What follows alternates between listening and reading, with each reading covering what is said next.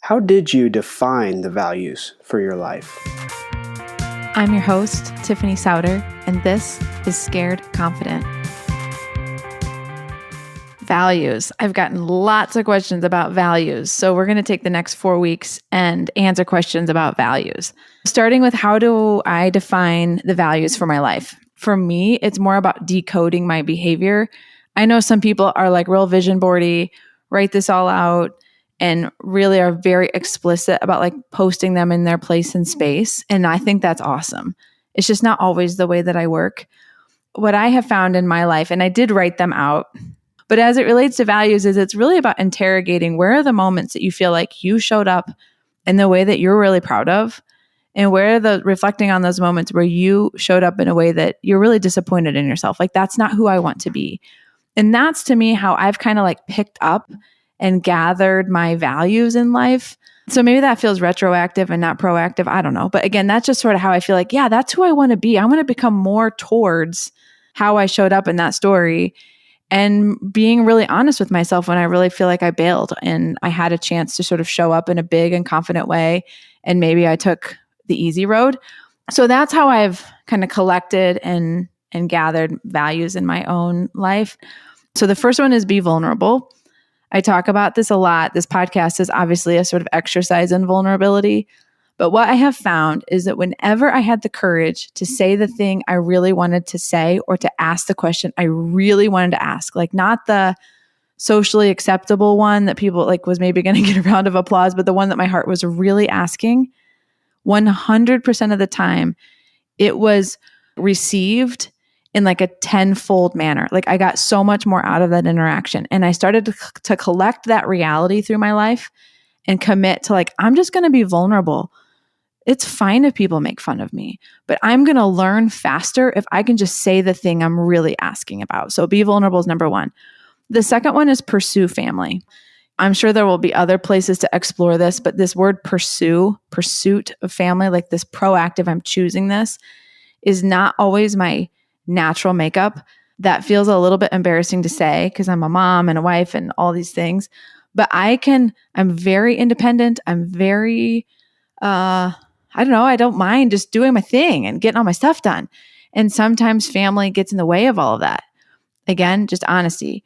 And so pursuing family, like having the value that like, am I doing that in my week? Am I making fun things for my kids? Am I doing things that are special for my husband?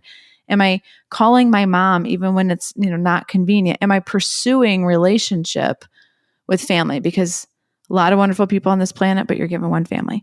Number 3 is demand excellence.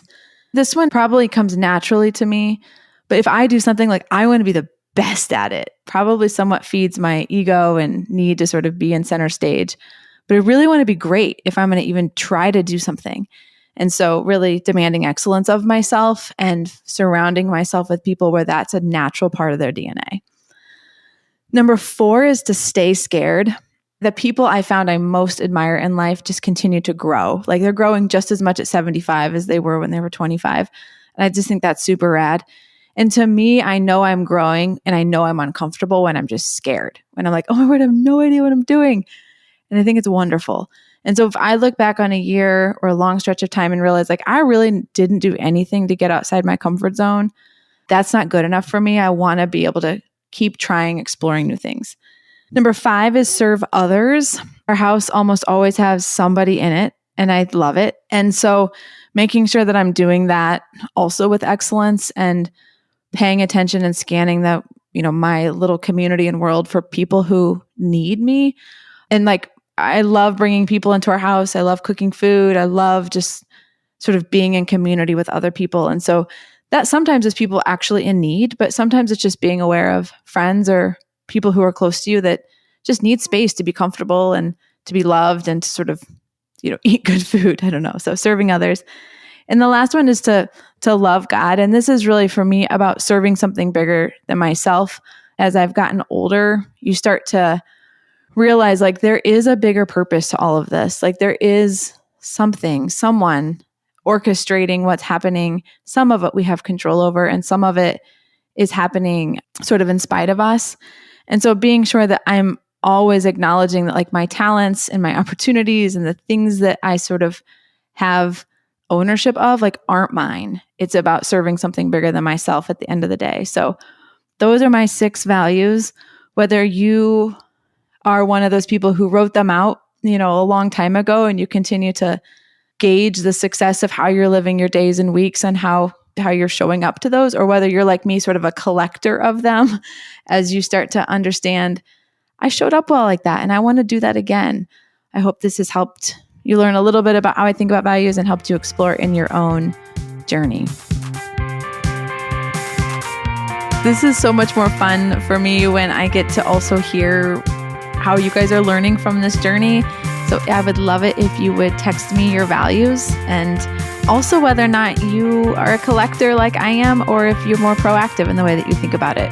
317-350-8921. I'd love to hear your values.